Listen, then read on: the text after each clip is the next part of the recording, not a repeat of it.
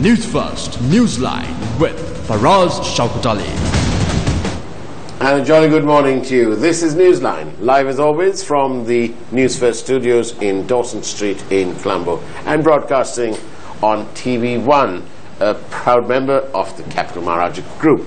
Now then, in this sea of expectations and so on, comes information that the Electricity Board is ready with its generation plan for the next 20 years, no less. And to find out how this will impact on you and me, on all of us, is the Director General of the Public Utilities Commission of Sri Lanka, a gentleman who has actually held on to his job for the last 8 years, meaning he's held it in the previous administration, politically, and also now, which seems to augur rather well. So on that note, it's time to say hello, good morning, and welcome Mr. Damita Kumarasinghe. Good morning. Thank you very much for coming on our program. So that's 8 years you've been in the job. Yes. So you must be doing something right? Probably. Okay, so then tell us, what's the generation plan for the next 20 years? And what is it something that you have approved? No, not yet. The Ceylon Electricity Board had submitted the generation plan for 2018-2037 period, Right. which is basically the generation plan means the plants and the technologies and the capacities that we are going to install in the system over the next 20 years. Right. And CEB has already submitted that. The process is, once the CEB submitted, Commission will do a thorough analysis on the submitted plan.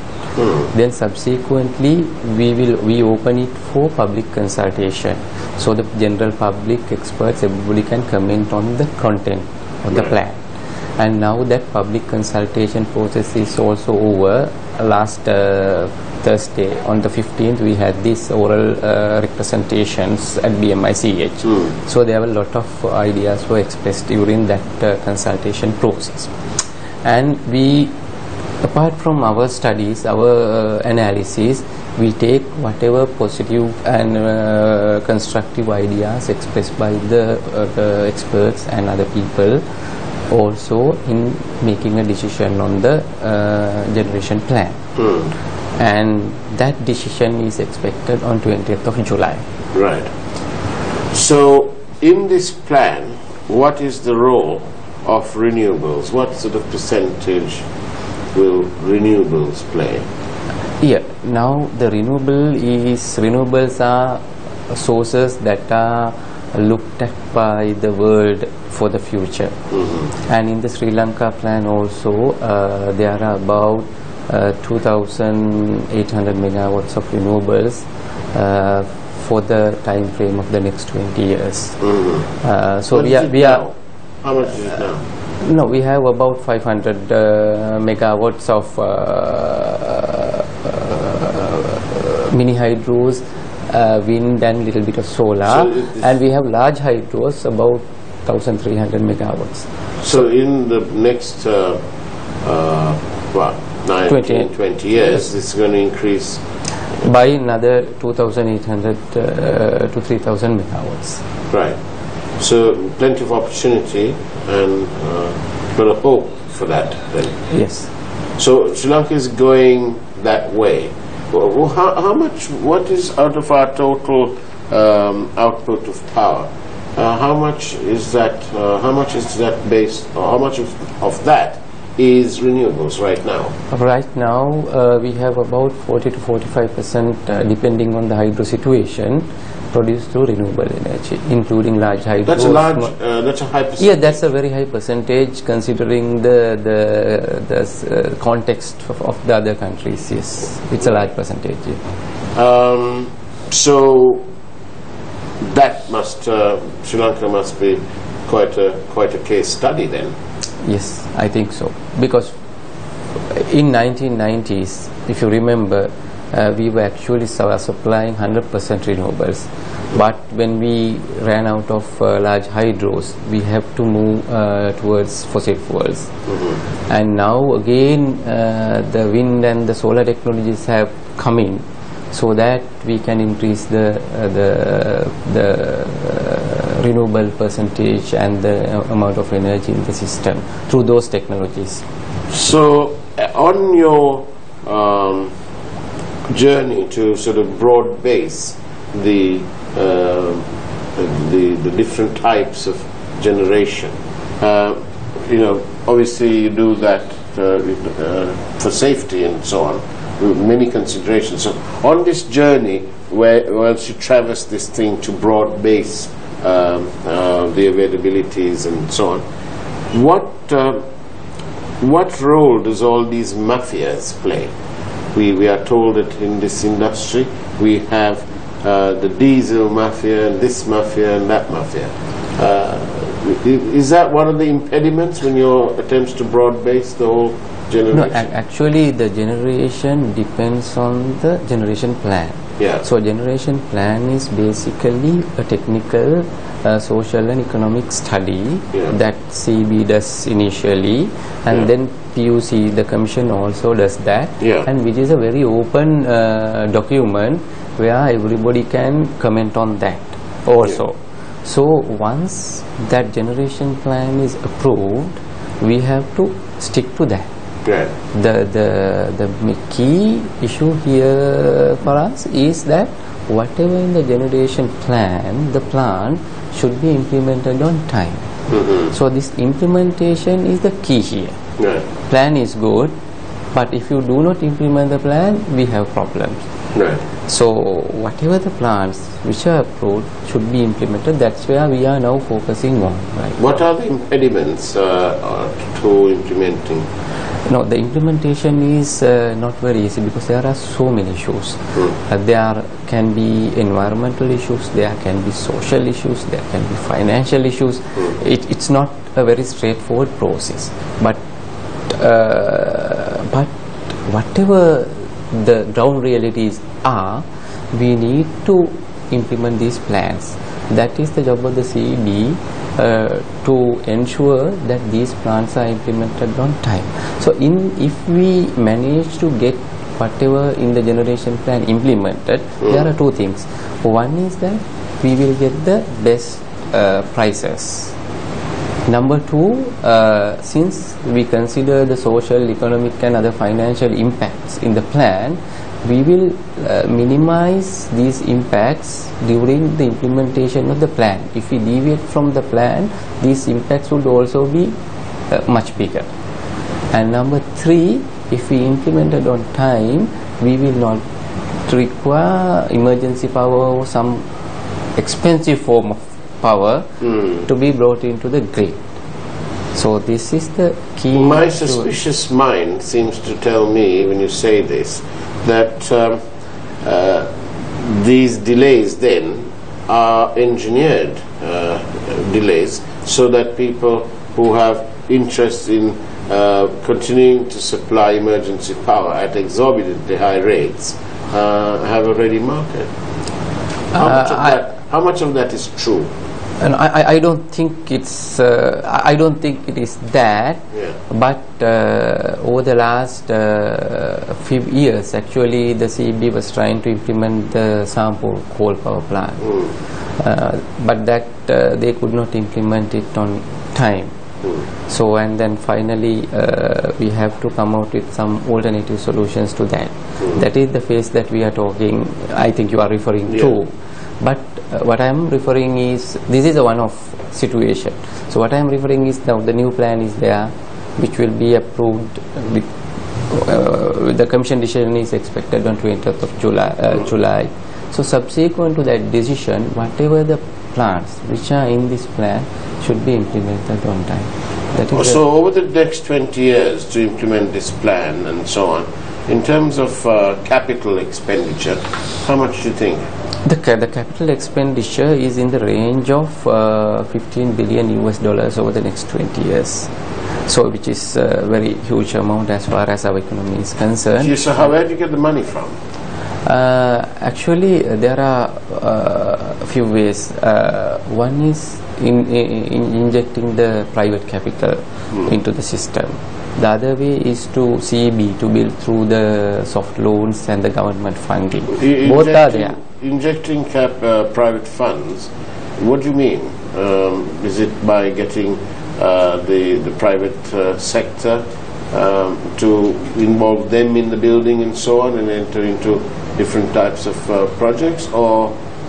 No, actually whatever the plants which are in the plan should be either built by Ceylon Electricity Board through the government financing, or they have to tender those plants. For example, right now also CB has tendered a 300 megawatt LNG plant. So for that the private sector can bid in. And if you look at the renewables, it is open for private sector, even the rooftop solar, and CB has very recently closed about 60 projects for solar on tendering basis. So the private sector has come in. So what about privatizing parts or all of the CEB? Is that on the horizon at all? No, I don't think so, because CB is doing the transmission, the distribution, and part of distribution is done by LECO, and the generation. In the generation, if you look at the plants in the generation plan, there are two options, as I said, either implemented by CB or getting private sector to participate in the investment program. One of our viewers has said that he's enjoying the program so much so far, and his question is, does the political heads you work with interfere with the plans as usual? No, this plan is basically a professional's job. So CB has done that, and now the Commission is in the process of evaluating and analyzing it. So there's no other interference in that. So whatever coming out is a result of two things. One is, now CB has already submitted, so the outcome of the PUCSL analysis, which includes the comments and the views given by the experts and the other people after going through this. So the Commission will provide, the Commission we want each and every public comment expressed. Yeah. Very transparently, and the decision will be very, very transparent, so everybody will know what has gone into it, what type of thinking went into it, and what is the reason that what are the reasons that Commission based their decision in. So it would be a professional outcome considering all the stakeholders.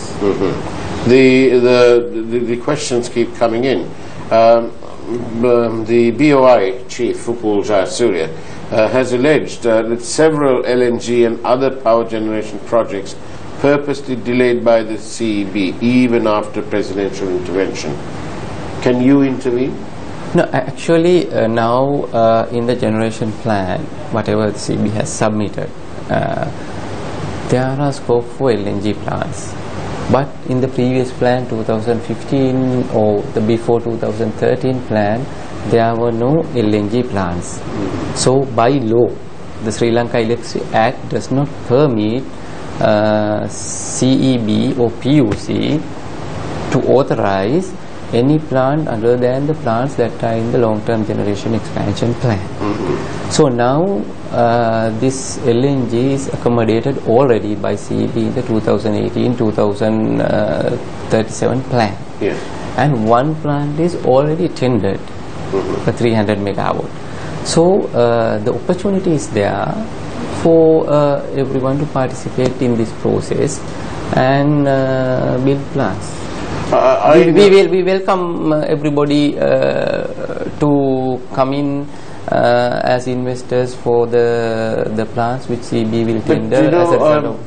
I hear what you say, Mr. Kumar Singh, but I also have been made aware that there's a company who started a hybrid power project, and they've been stopped in their tracks, and it's been going on for several years now.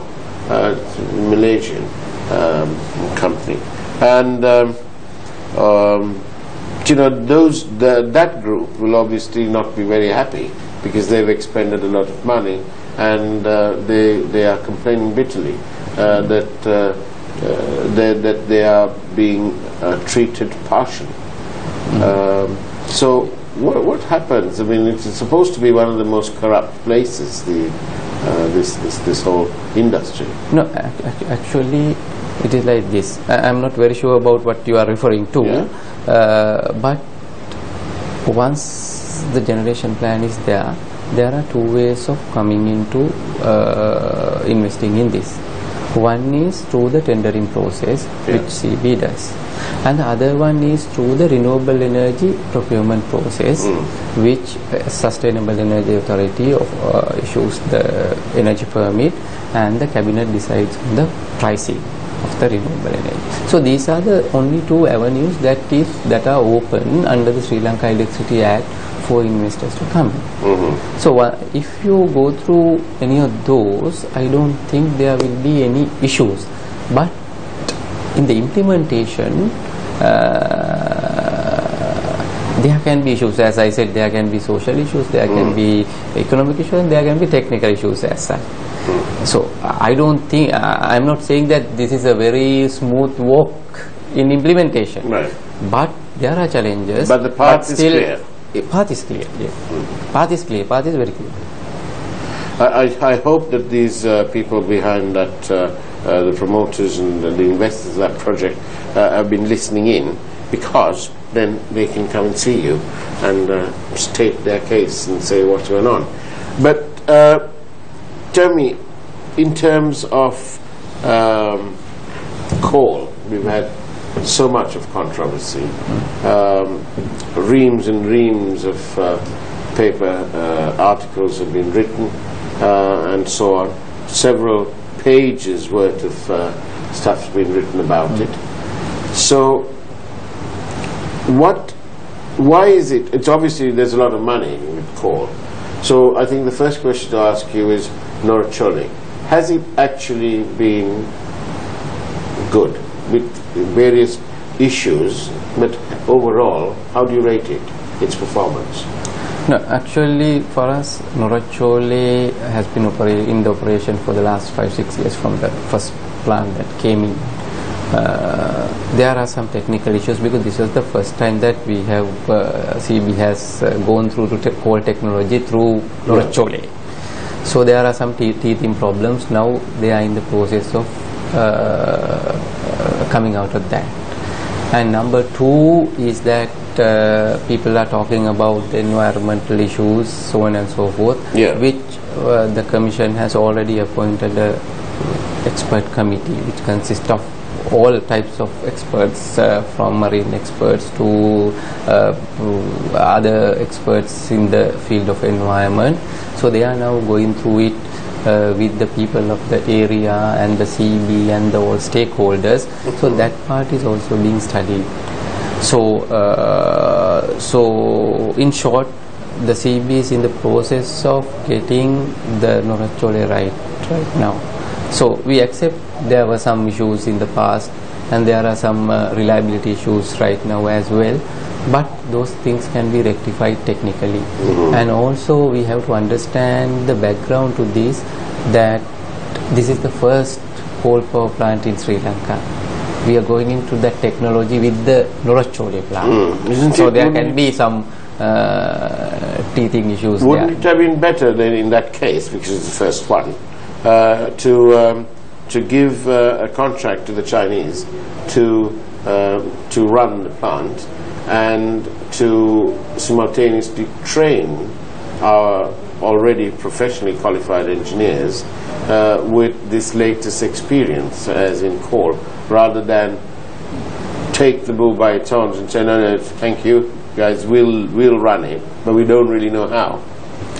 No, actually I think that was a gradual transition that has happened. Okay. The people are trained now.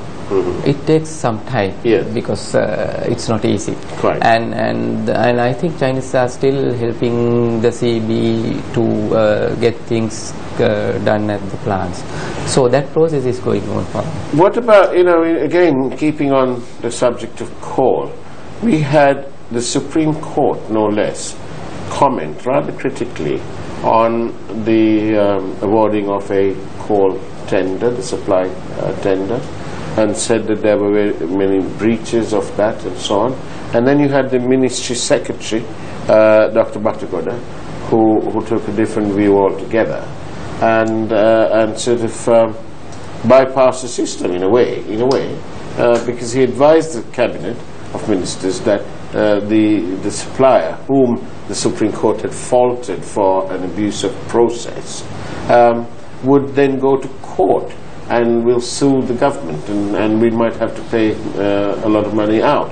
And so, lo and behold, in spite of the comments made by the Supreme Court, we found that the supply wasn't changed, it was the same. It must be the only country in the world where you have the Supreme Court casting its critical eye on the subject, and then, you know, it just carries on. What do you have to say about this? What's your role anyway? No, actually, I need to clarify our role on this. Yeah. The Public Utilities Commission is the regulator of the electricity sector. Yeah.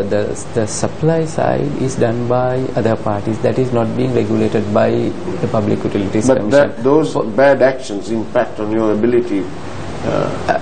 No, what we are doing is, if you look at the generation plan, also the tariff filing process, we take only the prudent costing into consideration. So any inefficiencies that are coming out, we will not consider and pass it through to the consumers. And we don't regulate the coal imports or coal supply, or we don't right now regulate petroleum or any source supply. We only regulate the electricity sector from generation point downwards. And water, you do? We are right now not regulating water, but the government has already, the cabinet has given approval for preparation of the Water Sector Regulatory Act, which will empower PUCSL, Public Utilities Commission, to regulate water supply and drinking water. Now, somebody's asking to ask about the prices. Will the prices be maintained? Will it rise? If you've got to fund 15 billion, already per unit cost is amongst the highest in the region. So why? What can you say? Will the prices come down in real terms, or what? Yeah, actually, if you look at what's going on in the world, the renewables are catching up very fast. And the recent bids in India indicates very low prices in solar and wind. The solar was quoted something like 2.5 Indian rupees very recently per kilowatt hour, which is very, very low. Now, if you look at the future, these renewables will be much, much lower than our cost right now. Our average costs about 19 rupees. It's around 18 to 19 rupees on average per kilowatt hour. There's a big difference between, say, 6 rupees for India, 2.5 Indian rupees is what, about around the 6 rupee mark, let's say. Yes, so that's what I'm saying, that in the future the renewable cost is going down, and if we can maintain or increase the amount of renewable energy that is pumped in, we can definitely keep the pricing very, very stable. But as you all aware, it is very difficult to predict the pricing of fossil fuels for 10 years or 20 years. So it can be anything. But for energy security reasons, price stability, and environmental concerns, as well as the world's thinking, renewable can play a major role in time to come. I'm going back to this thing. You've served for 8 years. So, from which government has the interference been the greatest? As far as we are concerned, Commission is concerned, we did not have any interference to my knowledge. Really? Yes. So why, if there's no problem, this is a call coming through, if there's no problem, why is it taking so long, and why is it so apparently difficult to implement policy? Why can't you stick to one plan? No, actually, there's only one plan. As far as generation is concerned, it's the long-term generation expansion plan approved by the Commission. Last time we approved it for 2015-2034 period, but we only approved for a period of 5 years because it was an interim plan. And now, this time we will be approving it for 20 years.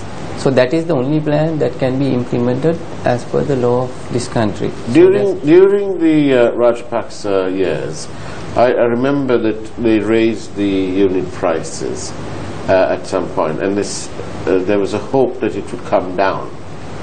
But now we have Norichole, and that certainly diluted your costs. It must be lower. Why can't the public be given this benefit? And then you have reducing, you had reduced at a point in world energy prices and so on. But none of this seems to be immediately kicking in to the public. No, actually, for us now, 2013 there was an appropriation done by the Commission actually in the pricing because of the cost. But in 2014, with low-cost coal power coming in, there was a downward revision in pricing electricity. That was the last tariff revision that was in effect. Then subsequently, CB was break even for the last 2 years.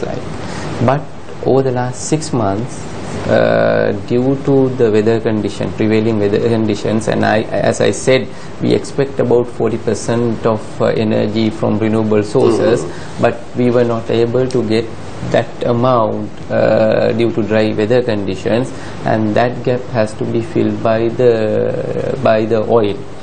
So that is costly. So that has gone into the CB cash flow. Right. So that is the issue right now CB is facing.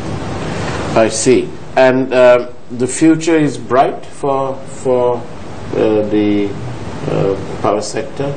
Yeah, actually, if you look at the power sector, the plans for the next 20 years, we have, of course, we have to invest about $15 billion, and in parallel to that we have a transmission plan as well. So we need a lot of investments coming into this sector, either government or private or public-private partnerships.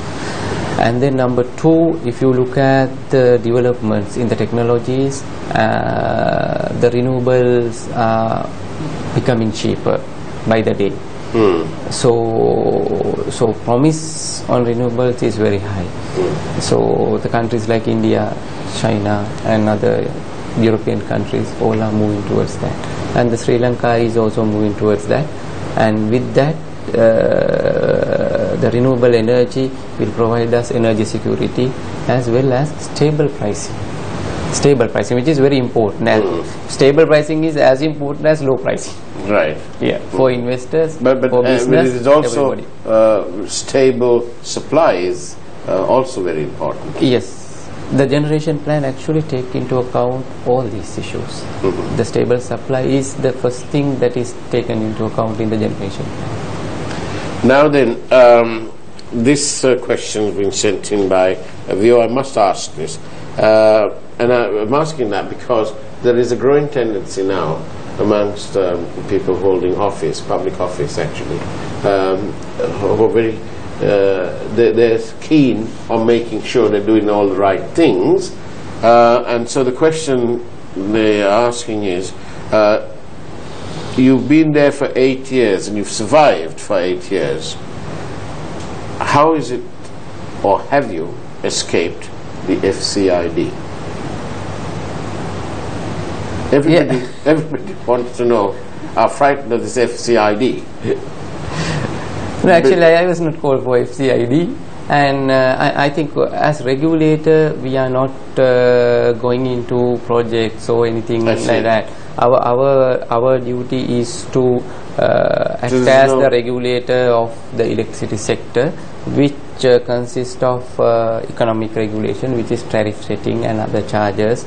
Then we go into approvals of generation plan, transmission plan, and so other like investment. The watchdogs sort of thing. Exactly, and also safety side and the technical and efficiency side of it. So we set the regulations, standards, rules, and monitor whether the industry adheres to those. And we approve the generation plan, transmission plan, other investment plans, and we monitor whether those are adhered to. If there are any deviations, then we intervene. That's the only intervention we have in the sector. Wonderful. Damita Kumar Singh, the Director General of the Public Utilities Commission of Sri Lanka, person who's held his job for the last 8 years. Thank you very much for being on Newsline. We really appreciate your presence. And you can hear Mr. Kumar Singh on Talk of the Town on Yes FM 101 in a few minutes' time. On that note, that's it from Newsline on Tuesday, the 20th of June, 2017. Take care. God bless.